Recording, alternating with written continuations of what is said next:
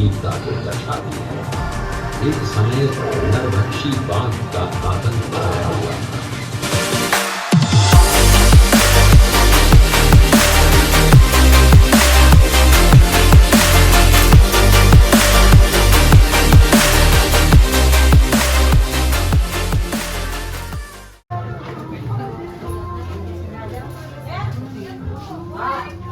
पूरे जंगल से निकलेंगे।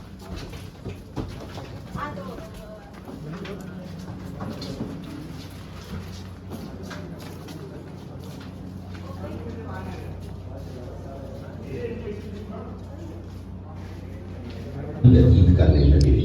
उनके पास पर्याप्त संपत्ति नहीं थी तो उनके वित्त मंत्री भामाशाह ने अपनी सारी सुख सुविधा को छोड़कर अपने राजा को स्वयं का धन 25 लाख रुपए व राजकोष में 20,000 अशर्फियां देश के लिए अर्पित की, जिससे महाराणा प्रताप ने 12 वर्षों तक अपनी सेना को संगठित किया, सैन्य शक्ति को बढ़ाया और मेवाड़ मातृभूमि को आजाद करवाया। कृपया अब आप सब आगे की तरफ देखिए। ये कुंभलगढ़ किला है। इस किले का प्राचीन नाम मच्छिंद्रगढ़ है। इस किले का निर्माण महाराणा कुंभा ने करवाया था। इस किले के अंदर 9 मई 1540 ईस्वी में महाराणा प्रताप का जन्म हुआ था। इस किले की ऊंचाई समुद्र तल से 3568 फीट की है। इस किले की दीवार 36 किलोमीटर तक फैली हुई है। इस दीवार का नाम ग्रेट वॉल ऑफ चाइना के बाद द्वितीय पायदान पर दर्ज है। इस किले के अंदर 360 प्राचीन मंदिर हैं। उन मंदिरों में से जग प्रसिद्ध महादेव का मंदिर सबसे प्राचीन है। कुंभलगढ़ किला यहाँ से 65 किलोमीटर की दूरी पर है। कृपया अब आप सब पीछे की तरफ देखिए।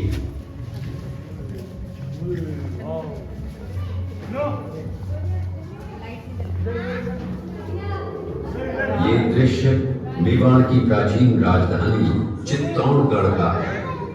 इसी किले के अंदर महाराणा प्रताप का बचपन बीता था। इस किले की तलहटियों में महाराणा प्रताप ने अपने गुरु से शिक्षा प्राप्त की थी। ये किला 12 वर्ग किलोमीटर में फैला हुआ है। इस किले पर जब भी विदेशी आक्राताओं ने आक्रमण किया और उस आक्रमण में कोई भी राजा व सैनिक वीर गति को प्राप्त कर लेते तो उनकी पत्नियां वीरांगनाएं अपने सतीत्व की रक्षा करने के लिए जलती हुई अग्नि में कूद प्राणों को त्याग देती थी, जिसे हम जौहर कहते हैं। चित्तौड़गढ़ में 3 मुख्य बड़े जौहर हुए थे। प्रथम जौहर 1303 ईस्वी में रानी पद्मिनी ने 16,000 स्त्रियों वीरांगनाओं के साथ जौहर किया था, सिर्फ अल्लाउद्दीन खिलजी के कारण। दूसरा जौहर 1535 ईस्वी में गुजरात के शासक बहादुर शाह के आक्रमण के कारण रानी कर्मावती ने वीरांगनाओं के साथ किया। और तीसरा जौहर 1568 ईस्वी में जब अकबर ने चित्तौड़गढ़ पर आक्रमण किया, उसी समय रानी फूलकुंवरी ने 7,000 वीरांगनाओं के साथ जौहर किया। फिर भी अकबर का मन नहीं भरा और अंत में हजारों आम लोगों का कत्लेआम करवाकर उन्हें मौत के घाट उतारा गया। इस किले में देखने योग्य विजय स्तंभ है, कीर्ति स्तंभ, मीरा मंदिर, जैन मंदिर, कालिका माता मंदिर, भामाशाह हवेली, कुंभाश्याम मंदिर, फतेह प्रकाश महल है। ये किला यहाँ से 140 किलोमीटर दूरी पर है। ये देखते हुए सभी अतिथि आगे की तरफ चले। ये शेरपुर गांव का दृश्य है। अब्दुल रहीम खान खाना अजमेर का सूबेदार था। जब वो शेरपुर पहुंचा तब इसका पता कुंवर अमर सिंह को चला, जो महाराणा प्रताप के पुत्र थे। अमर सिंह ने शेरपुर छावनी पर अचानक आक्रमण कर दिया। उस आक्रमण में मुगल सेना में भगदड़ मच गई। मुगल सेना को अपनी छावनियों को छोड़कर भागना पड़ा। छावनियों के अंदर से लूटा हुआ माल व अब्दुल रहीम खान खाना जिसकी बेगम आनी खान को बंदी बनाकर महाराणा प्रताप के सामने पेश किया गया। तब अमर सिंह पर महाराणा प्रताप क्रोधित हुए और कहा, जहां से इस नारी को बंदी बनाकर लाए हो, इसे पुनः ससम्मान लौटा कराओ। महाराणा प्रताप ने कहा, हमें नारी से कोई दुश्मनी नहीं है, हमें तो देश विद्रोहियों से दुश्मनी है जिन्होंने चारों तरफ आतंक फैलाया है। महाराणा प्रताप के आदेश का पालन करते हुए कुंवर अमर सिंह ने उस मुगल नारी को ससम्मान छावनी तक पहुंचाया। इस प्रकार महाराणा प्रताप ने अपने क्षत्रिय राजपूत धर्म का पालन किया और पराई स्त्रियों को मां, बेटी और बहन का दर्जा दिया। ये है महाराणा प्रताप का चरित्र और नैतिक उदारता का परिचय। ये देखते हुए सभी अतिथि आगे की तरफ चले गए।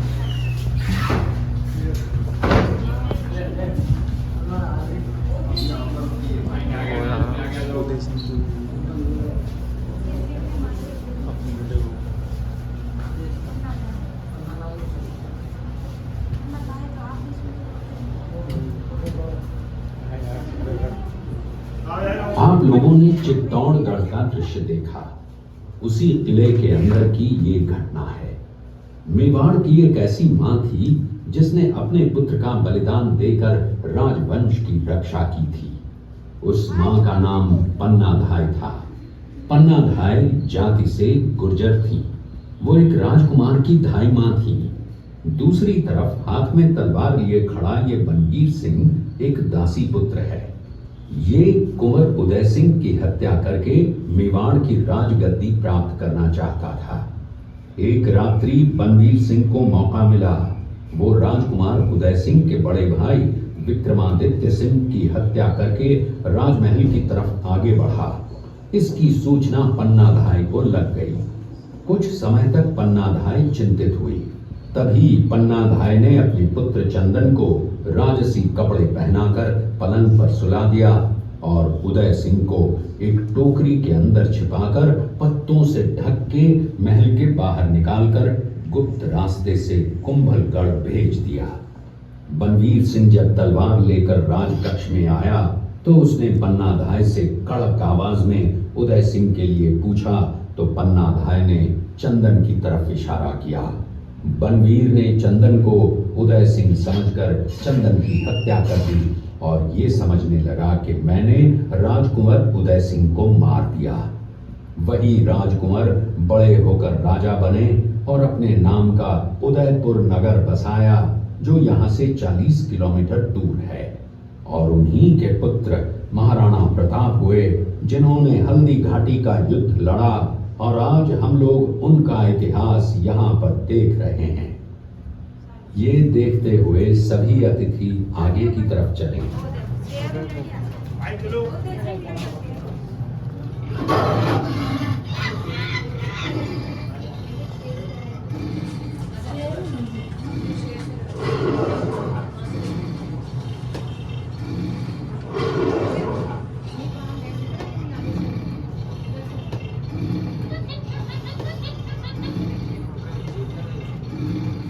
ये घटना महाराणा प्रताप की वीरता को दर्शाती है।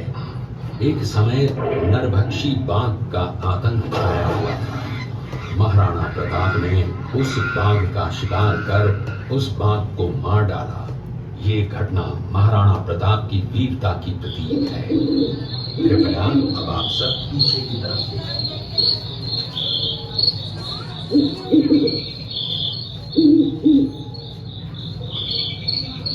इस दृश्य में देखिए महाराणा प्रताप अपनी प्रतिज्ञा का पालन करते हुए।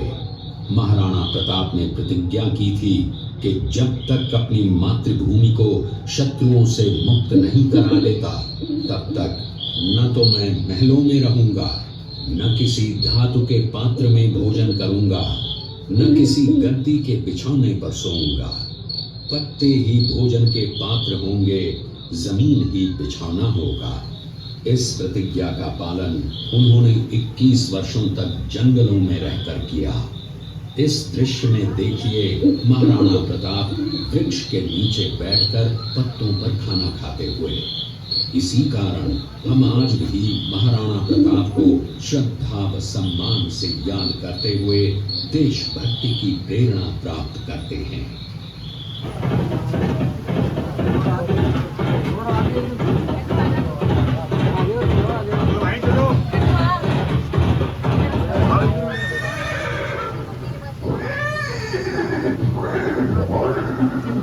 ये दृश्य महाराणा प्रताप और सुविख्यात स्वामी भक्त घोड़े चेतक के अंतिम मिलन का है।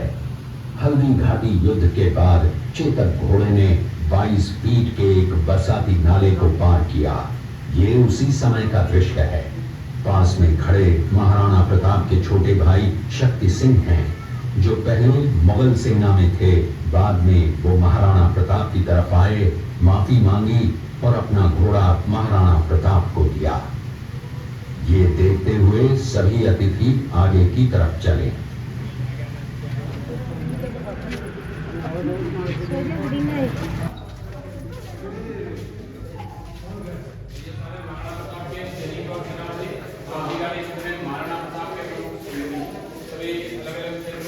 सैनिक और सेनापति जिन्होंने हल्दीघाटी युद्ध में महाराणा प्रताप को सहयोग प्रदान किया।